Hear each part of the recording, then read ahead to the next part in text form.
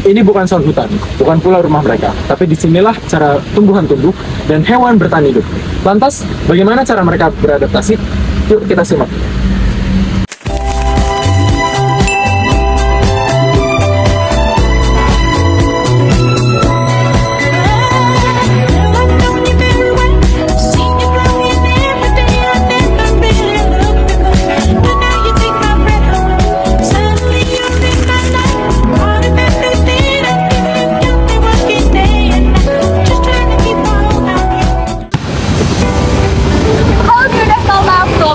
Di sini, dan hari ini kita bakal ngeliat gimana sih kehidupan flora dan fauna di Taman Flora Surabaya lewat lensa biologi kami. Yuk, ikuti eksplorasi kami.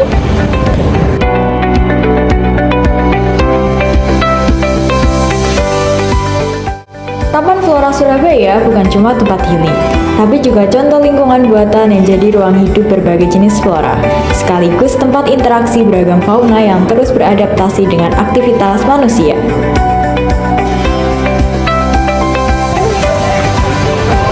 Halo semuanya, jadi hari ini kita ada di Taman Flora Beratang Surabaya.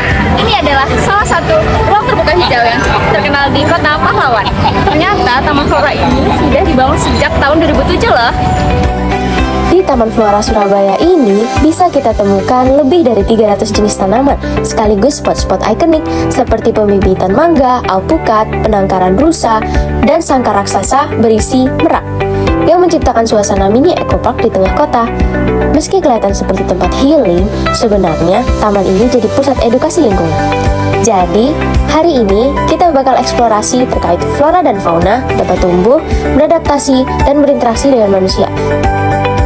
Dan sejauh ini ternyata ruang terbuka hijau itu memiliki dampak yang cukup besar untuk melestarikan keanekaragaman hayati di tengah hiruk-pikuk kota seperti kota Surabaya ini.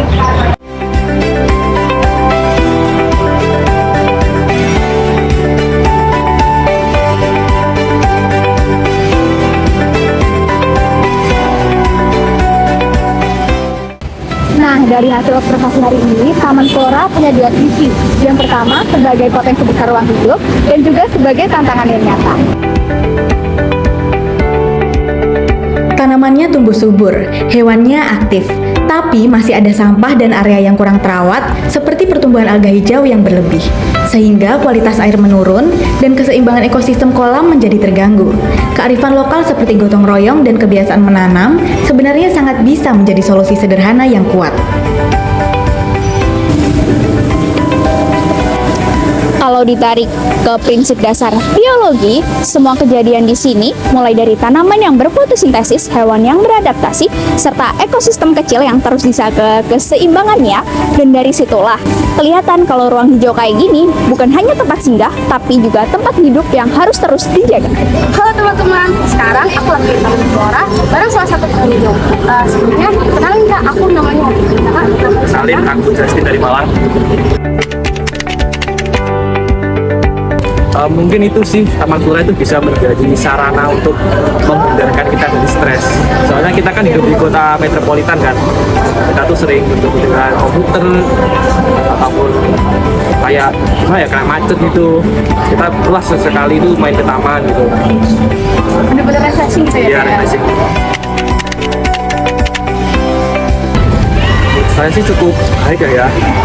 Dari taman apa tadi? Kan sebelumnya kebun bibit ya? Oh iya, dari kebun bibit jadi taman tuh menurut saya cukup lumayan sih. Soalnya itu dari kebun bibit yang sebelumnya bukan tempat apa-apa jadi tempat wisata gitu, menurut saya cukup lumayan baik. Jadi bener-bener pas ini banget. Iya, positif banget. Terima kasih Kak. Iya, sama-sama. Baik, selamat pagi Bapak. Sebelum itu izinkan saya memperkenalkan diri terlebih dahulu. Saya Syifa, selaku mahasiswa Universitas Airlangga yang saat ini sedang melakukan field study di Taman Flora.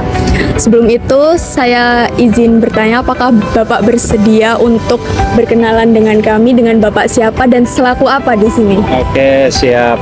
Saya Pak Irenius, petugas keamanan di Taman Flora di sini. Nah, untuk flora faunanya sendiri, fauna ya, hewan. Nah, untuk perawatannya memang kita lebih ke bagaimana cara pemberian makan, pola makannya, sama seperti yang bermanusia kurang lebih. Kemudian kita juga memberikan vitamin-vitamin Nah, kebetulan di hewan itu ada tim khusus dan ada dokter yang menangani secara khusus hewan itu. Kalau untuk floranya sendiri bagaimana? Nah, untuk floranya sendiri di sini memang sudah ada petugas khusus, yaitu disebut satgas. Nah, itu mereka itu selain untuk membersihkan atau menyapu, membersihkan urusan tanaman ini, tapi mereka juga untuk merawat tanaman. Setiap hari merawat. Nah, kebetulan sekarang musimnya musim hujan, jadi mereka tidak siram. Nah, menyiram itu pada waktu kemarau saja. Waktu itu.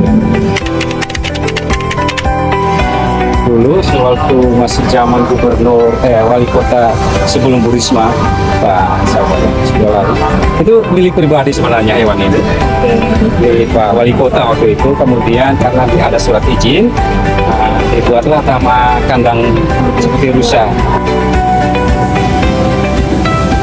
Dari hasil observasi dan wawancara, terlihat bahwa Taman Flora menjadi tempat yang hidup bagi flora fauna yang beragam dan aktif, serta mulai beradaptasi dengan lingkungan buatan. Selain itu, masih terdapat tantangan seperti kebersihan, fasilitas kurang terawat, dan perilaku pengunjung. Tetapi, hal ini bisa dibantu lewat gotong royong dan menjaga habitat. Semua ini nyambung dengan SDG 15 Life Online yang berfokus untuk melindungi keanekaragaman hayati, menjaga ekosistem daratan, dan mendorong pemanfaatan lingkungan yang berkelanjutan. Taman Flora ini menjadi contoh kecil bagaimana ruang hijau kota ini bisa tetap sehat kalau kita ikut peduli. Jadi teman-teman, setelah kita eksplor bareng hari ini, kita jadi tahu bahwa Taman Flora itu nggak cuma sebagai tempat healing loh, tapi juga sebagai rumah bagi flora dan fauna yang terus beradaptasi di lingkungan buatan.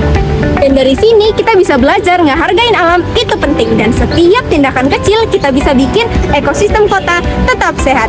Terima kasih udah eksplor bareng kelompok 5. Ingat, alam itu seru kalau kita peduli bareng-bareng.